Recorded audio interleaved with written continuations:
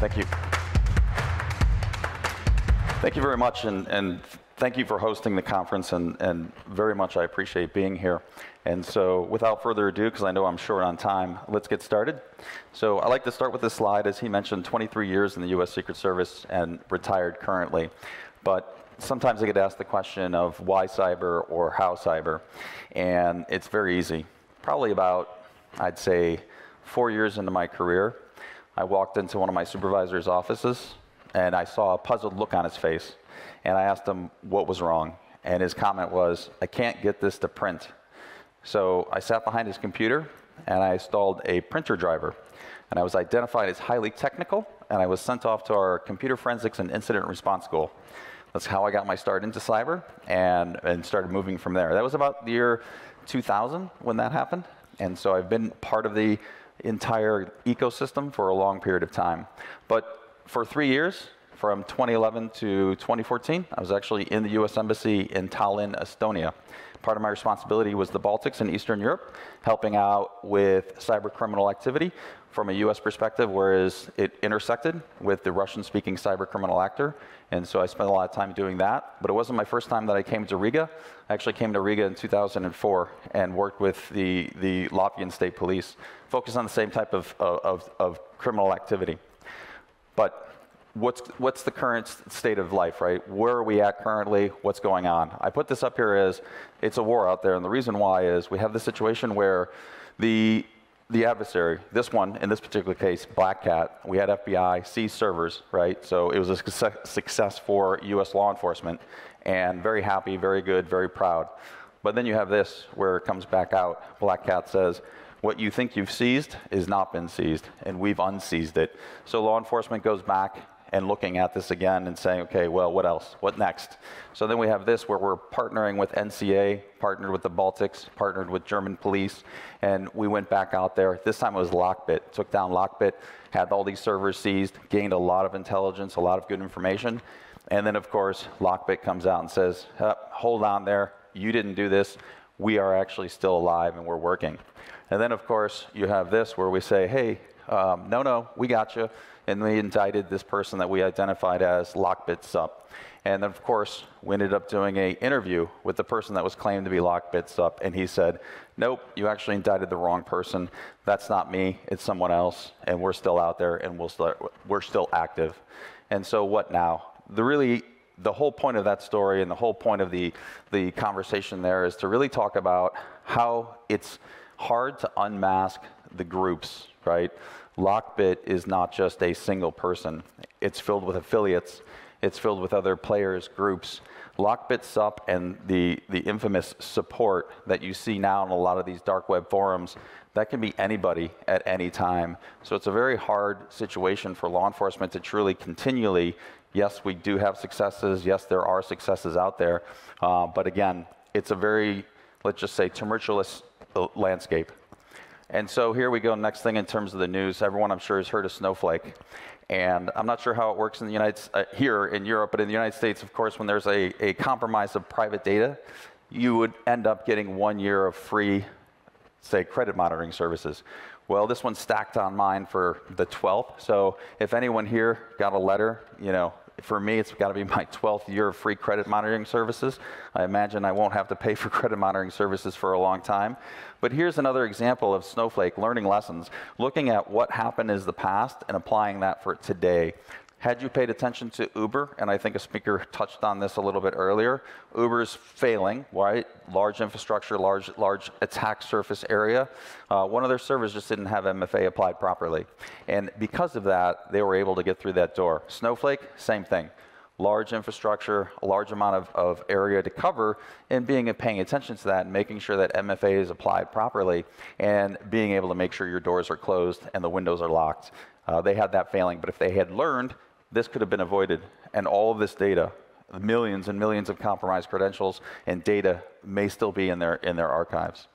Moving on to talking more about supply chain, right? CDK, global supply chain software provider. This mostly hit the United States and Canada, North America, but really when you start looking at vendor management, how is it that they impact your business, and what is the, let's say, potential pitfalls that you run into? Well, the auto industry learned very quickly by relying on one resource, one point of failure, right? Single point of failure. They ended up going back into what we would call the Stone Ages, but when I was younger, this is just a normal part of processing, pen and paper, right? Carbon paper for making duplicates, something you get used to, but they were not used to it. And so the whole preparation of what is it that your supply chain impacts if you were to be without that service, kind of doing that whole, risk analysis throughout your environment and your organization, just to understanding the impacts if something were to happen. The other thing too is you look at the entire costs. The $25 million, I'll talk a little bit more about this in another slide or two, but that's just your initial costs of what is it in terms of the long tail that impacts you in a negative way when it comes to these type of attacks. Another area where we talk about too is not just obviously restricted to the United States, but the London Stock Exchange. A long time ago, there was an individual that was working online called Zoomer. I'm not sure if people have heard his nick. He has a variety of names. Zoomer is just one of them that I recall. But he was an individual that had unfettered access to credit reporting services. Now, is it through these types of incidences that he's able to get that or not? But you could go online at one time and say, I need the information from this one person or this one individual, and he would be able to provide it to you. Database compromises such as these that open or expose information that's very sensitive and highly sensitive is important. But again, here you have another situation where, this sensitive data can be very easily released. I like to put this slide up here just because when we talk about costs, right, $75 million in terms of a ransomware. But again, when we look at supply chain and we look at the other opportunities within business and understand how the business works, one thing you'll quickly understand is $75 million is a lot of money to us and most people that are out there. But if you're a company that's invested a large amount of money in terms of research and development, $75 million when you're, let's say, long-term profit gains can be in the billions is a drop in the bucket. So they paid this without any hesitation. And of course, I still have yet to find out who exactly, but it was a big pharma company that ended up paying the $75 million. But when you look at terms of the business, and you look at, okay, well, they invested $75 million in this ransomware payment, but how much did they invest in, like COVID, for example? If you add that as a value add, how many billions of dollars did corporations make off of the COVID vaccine? It's very applicable here, and even though, you'd say, big dollars, right? It's nothing when you compare to the next. But let's turn more to regional, and we look at in this region here specifically. I think most people understand or recognize or remember in 2007 in Estonia when they moved a statue that commemorated Russian World War II veterans. They moved it from what was considered a prominent area to a little bit in the back of the woods, right, behind the corner, where not so many people saw it. That led to riots. That led to a DDoS attack against the Estonian infrastructure, where they actually had to go offline for a period of days in order to mitigate that threat. This is today, right, where you're still seeing this type of attack, of course, against the Baltics, or it could be Lithuania, it could be Latvia, it could be Estonia. But it's all preempted because of what's going on geopolitically. So when we look at the geopolitical, how does that impact you? Do you have services that are being, let's say, run out of India? And what happens when India and Pakistan, the war turns hot? What is the impact, and again, doing the risk in governance in terms of business and saying, how does that impact me? Anyone that's running services that is in Latvia that may be relying on the internet and you're being DDoSed as a company, that's going to take you offline. How is it that you function or survive that type of attack? And just continuing, when you still see, here's another attack against the FTP servers that are in, I think this one is for Lithuania. And then you have here from the United States, where they're even getting more information and more intelligence. Understanding again, where is that, okay, well, what is it? Critical infrastructure, we know, has been a target for a long period of time. We look at Estonia in 2007, what happened there, but it's a playbook of modern warfare. You take Georgia, you take Ukraine. Before they went into those countries, it was a digital attack against their infrastructure. And critical infrastructure is one of the most important aspects to take down. Telecommunications in that industry, not being able to coordinate and communicate properly, is going to hurt your defense efforts, right? And this is just as applicable in businesses as it is for countries that are out there. And then again, continuing in terms of what is going on out there in terms of who's attacking who. This one is actually one of the pro-Russian, hacktivist groups who's pledging to do DDoS attacks against infrastructure, specifically critical infrastructure, in order to stop services.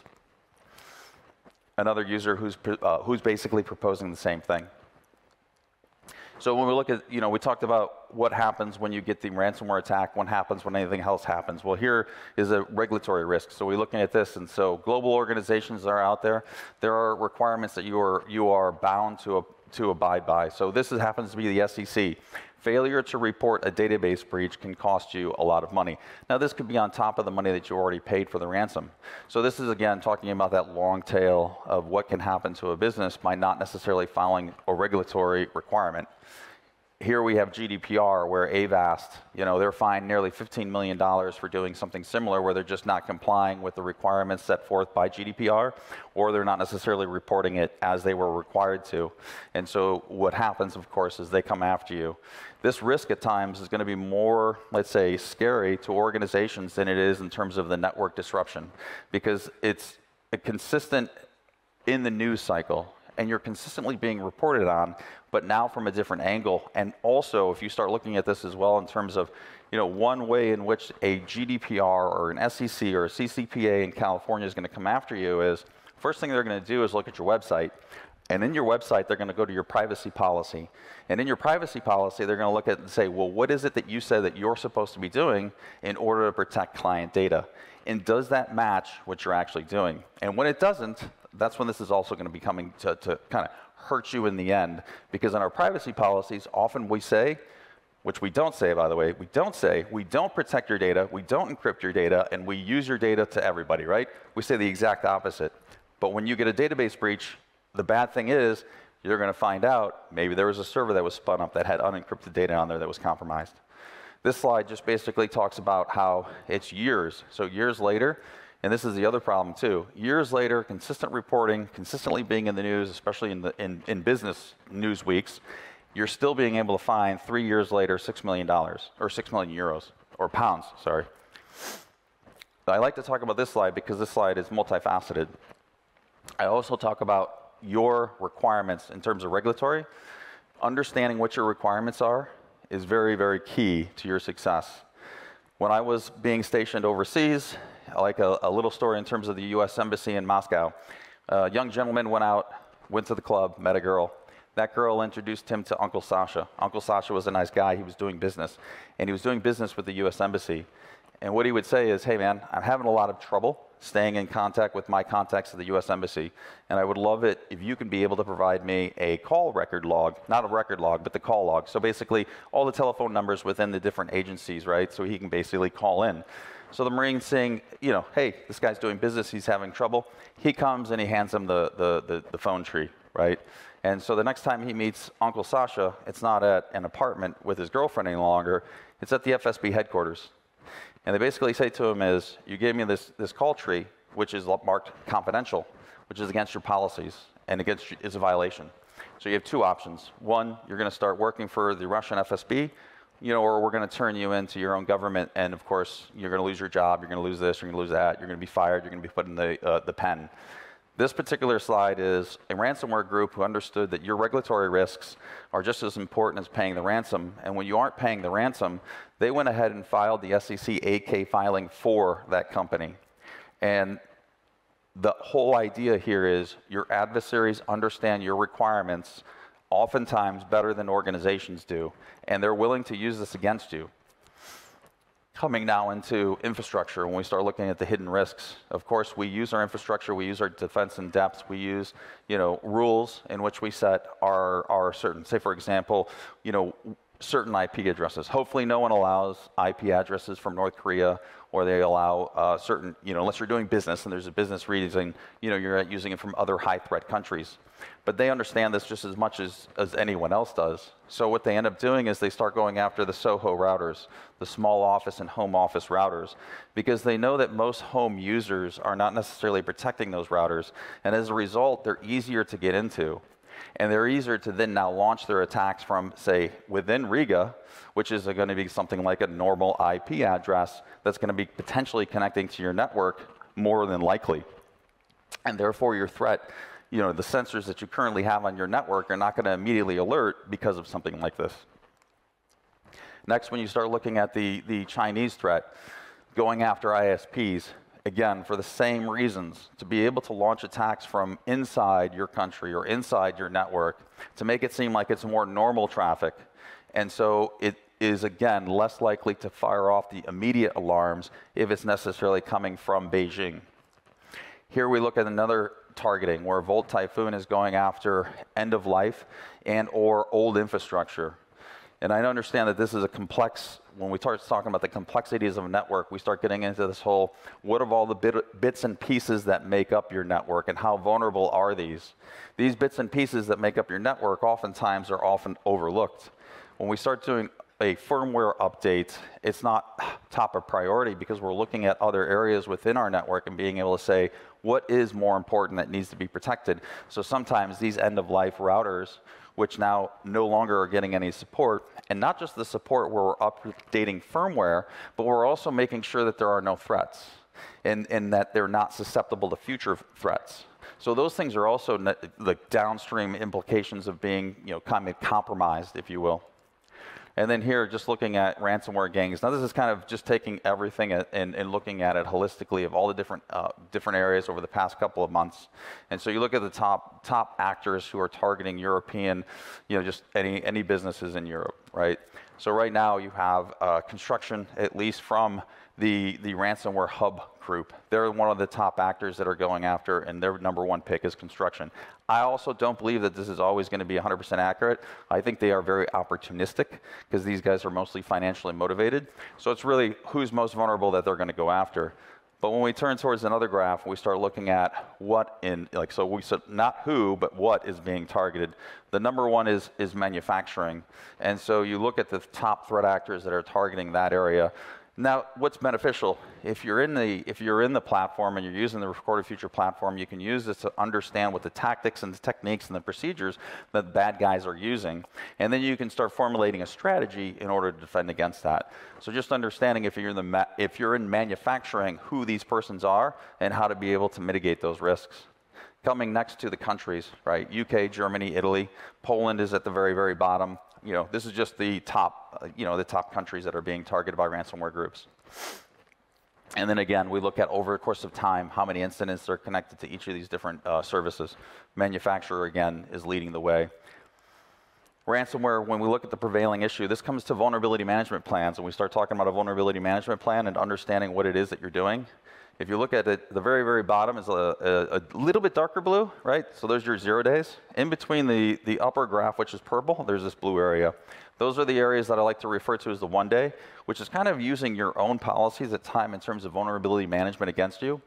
And the reason why is because the 1 day is now either where someone posts on GitHub your playbook or the roadmap, if you will, to use a certain CVE to exploit you or your organization or infrastructure.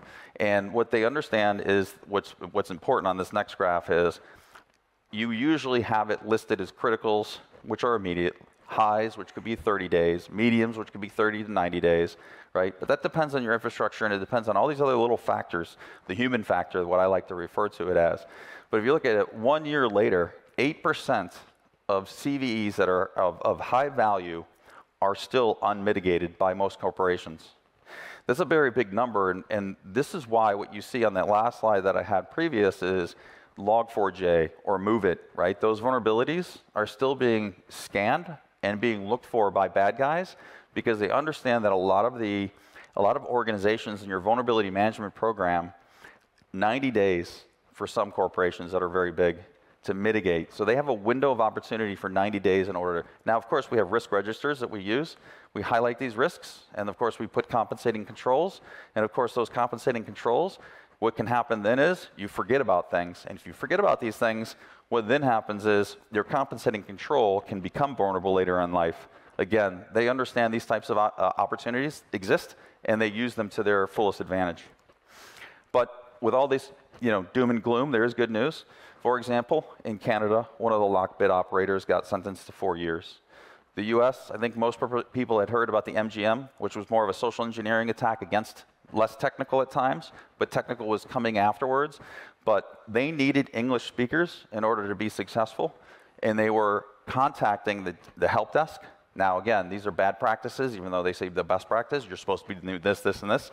Kind of did the opposite, but they use their positions at times. My name is so-and-so, and I'm the CFO. I need you to do this, and I need you to do it now. And that puts a lot of urgency on the person that's at that desk because of fear of reprisal. And so they go, okay, yeah, let's do it, right? So they change your passwords, and they make sure that you get the new passwords. And, oh, by the way, since you did that for me and I have it going well for me, can you reset my MFA? Which, again, you shouldn't be doing, but this help desk person did that. Nonetheless, the two individuals, one was arrested in Florida, and the other one was arrested in Spain. And then the list goes on and on and on about how all the arrests that are being made. But this then goes back to the beginning of my statement of these ransomware groups and the way that they operate and how they operate and who they are. There's a lot of interchangeable players. I like to refer to it as a little bit of the Ocean's 11 style, where is that you have, or you bring together, the key components that you need to be successful. When I was working in the Secret Service, we saw this all the time. Cross-collaboration between hacking groups. I read the chat logs between one person that was trying to compromise Dave & Buster's. They ran into a problem where they contacted a middleman. This is my problem. He contacted a hacking group that he worked for that was now out of Russia. So he had a Ukrainian working now with a person in the United States, working with Russians, collaborating for the sole purpose of doing one thing, compromising this network. And then once it was done, they went their separate ways. Think of ransomware groups in the same way. So again, we talk about the new perimeter, right? So identity, it's one of the biggest areas. And so recent numbers, when you start looking at it, 77% of the current data, it's involving stolen credentials. Now, this is the interesting aspect, right? COVID sent everybody to work remote. And there were still other companies that still did remote work at that time. But now that everyone's remote, we have to look at what is it that we're using for tools and how is it that we're, say, mitigating all of the threat. Not sure if everyone read the recent NIST guidelines. They changed their password requirements, saying, you know what, no more of this 90 days, no more of this 120 days. Complexity of passwords don't necessarily work. So they're now changing it and saying, unless you have hard evidence that shows that your password has been, say, compromised, there's no reason to be changing those passwords. I don't necessarily see, it'd be interesting to see how this data kind of pans out. But interesting conversation that I had last night is, do you trust every user within your organization, and who do you have to account for? Typically, when you start looking at training as an opportunity, you start looking at other areas as an opportunity to say, well, I will have my employees do better or understand the threat better. Well, typically, when you start doing testing and when you start looking at your employees, at least things that I have seen, you find 1 or 2 employees or 3 employees that are still lacking understanding everything. You set your passwords up at work, and they're good passwords, and they remember those passwords. Then what happens? They use it for their bank account. They use it for their email account. And so you get this password reuse. And it's very challenging to get your employees to understand that there has to be a password for every organization. Password managers is a solution that most people say, well, just use a password manager, right? That'll be able to resolve this issue. Well, the problem with password managers, at least in a lot of companies that I worked, is user acceptance. Trying to get culture within your organization to start to be able to say, be cyber aware 24/7 is it's a very difficult challenge. It goes into another area I'll talk about here very shortly when we get to AI, but it's just something to recognize the complexities that are out there that involves not just your protecting the database, but your users. You do a lot of work to secure your company-owned or your government-owned assets, but now do you allow them to be able to log on to your network without a digital certificate? If you don't, they log in from their home computer. What's the problem with that? Your XDR solution, your AV, your defense in depth strategy is not on that other computer. So what happens when your credentials get compromised? This is where they end up. I think most people are pretty familiar with this, and they understand this. It's sold on the dark web. Anyone can buy it. And then what happens? You talk within the social engineering aspect, getting into your network, at least a toehold into your network, using compromised credentials. Then you can escalate your privileges, move laterally, compromise networks. AI, in terms of how AI can impact an organization. So a little bit talked about this, right? So AI nowadays, my son is big into this whole AI idea of not just AI, but a YouTuber. He's going to be a YouTuber, so he's got the green screen behind him. He's doing all this, conversations online, and he's going to be the next YouTuber. He's going to be super famous. We as security professionals, we share our LinkedIn information. We also have social media that we participate in. Maybe we're also going on to a podcast to talk about security. Maybe it's visual, maybe it's not, maybe it's just my voice. When we start talking about AI and we start talking about deep fakes, all of that stuff can be used against you. It's archived on the internet. Your mannerisms, the way you talk, the way you use your hand gestures, all that stuff can be very easily mimicked by a deep fake. And the barrier to entry into a deep fake, in terms of when I've seen it live on stage, $600 gets you a full gear, everything that you need, and it's good enough to be able to at least fool certain individuals. And if you start using culture and pressures, for example, BEC, business email compromise, you look at China, one of the persons was duped by who said they were the chief financial officer, and he sent $25 million in a wire transfer. There's another company that is in Europe, works in the tire manufacturing industry. They sent $60 million in a business email compromise, and it was with the assistance of AI. The other thing about AI that's interesting is most people are fearful that it's going to take your job. AI itself is not necessarily going to take your job, but those persons that can use AI, they are going to be able to become more effective and more efficient, and therefore those persons are going to gain the advantage over others. So those people who are slow adapters, don't want to necessarily use AI, will be overtaken. The other thing that AI does very, very well is summarization. So one of the gentlemen that I was working with, he's a coder, running into a problem of coding, put that code into AI, what am I doing wrong? And it was able to find what he was doing wrong within 2 seconds and identify that as you're looking for greater than and you actually are using a less than sign. So what does that mean? The bad guy, once they get into your network or once they get into, like, say, your web browsers or something like this, they can use the summary aspect of AI to be able to say what attacks are this particular code susceptible to. And it will tell them SQL injection, whatever, right? Cross-site scripting. It will tell them exactly what it is that it's susceptible to. So now, again, when we talk about effectiveness and efficiency, the bad actors now are a lot more effective and efficient in being able to do and the opportunity for compromise. And then in terms of what is it, if you start looking at cyber threat intelligence, how do you apply it as a strategic part of your plan? It's not of any value unless it's done holistically. So wherever your telemetry is going, and however it is that you are applying it, whether it be through your SIM or a ServiceNow application, whatever, it doesn't make a difference. But applying it at that point and being able to add intelligence changes the dynamics of your organization. And it changes the way in which you respond. And the way in which you respond is very simply shown. At the very bottom, your SOC analysts, they are crushed for time. To be able to add cyber threat intelligence, that raises the risk levels, that changes the prioritization, and you can just imagine the pyramid coming up. It brings focus, and now they're not paying attention to the wrong alerts, they're paying attention to the right alerts. Then now it gives them a strategy to implement and recommend, and then supervisors are able to say, okay, this is the most critical threat to our organization, and then what that brings it to is action. And now you have a plan to action based on real world intelligence that the threat that your company faces. I know I kind of rushed through the very end, but I see I had 2 seconds left. So thank you very much for the time and effort, and I'll turn it back over. Yes, thank you. Wow, the part of AI was quite impressive. I mean, I feel like we are doomed. I mean, it was just, yeah. The means in hands of bad people nowadays is just, yeah, very threatening. So what do you do now? I mean, you said you're retired from intelligence. Yeah. So I'm the field CISO for Recorded Future. And so part of my job is to come out to meet with clients, to speak at conferences, to at least provide to a certain extent thought leadership, strategic mindsets of how is it that you can not just look at your own infrastructure, but how you look at intelligence. There are other presentations that I do where I talk more about how threat intelligence specifically can give focus and be able to provide the guiding light to organizations. But even still, when we look at today's threat landscape, it's more of a kaleidoscope, and that kaleidoscope needs to be turned correctly to meet the threats and the risks that your organizations face.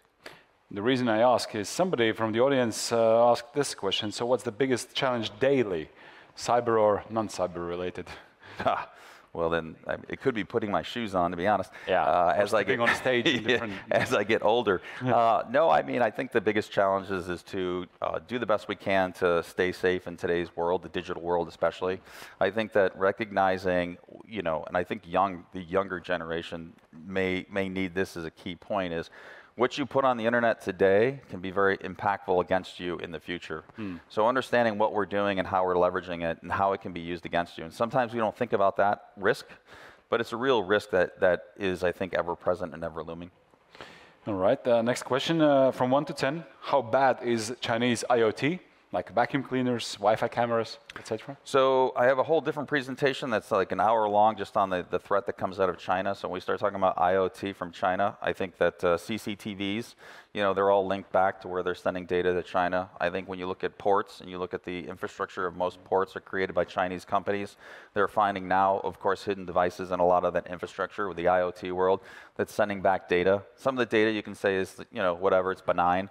But all of that data, once put together into a larger context, is applicable, right? If I know what products that you're shipping, when you're shipping, how often you need that stuff, if I see your CCTVs and I see how your traffic flows, I understand where the most population, least population. I can understand, like, for example, where you might have hidden, in your country, in your design of the country, of where is it that are your most vital assets within your defense network. I can start identifying those through it. DJI is another company that's a Chinese company that makes drones, right? So those ones also are sending back data to China. And then lastly, there's more, but just lastly, to answer the question, anyone done 23andMe in the audience? I'm doomed because my brother already did it. But they actually are sending their data back, the genetic data back to China so that they can. It was just leaked, or it went. Well, the company just had their full board retire or quit all in mass. But that company, 23andMe, and there's one other, I can't remember the name right now, but between both of those, they were sending their data back to China, so they were basically creating, let's just say, genetically designed chemical warfare. Oof. Sounds threatening. Any questions in the audience? Not at the moment. I love the story about the printer driver that you installed 24 years ago. Look what it got you. I mean, you got the cyber socks. I got some socks, which is awesome. Thank you very much. Thank you so much for coming. Yeah, absolutely. All right. Thank you, Richard.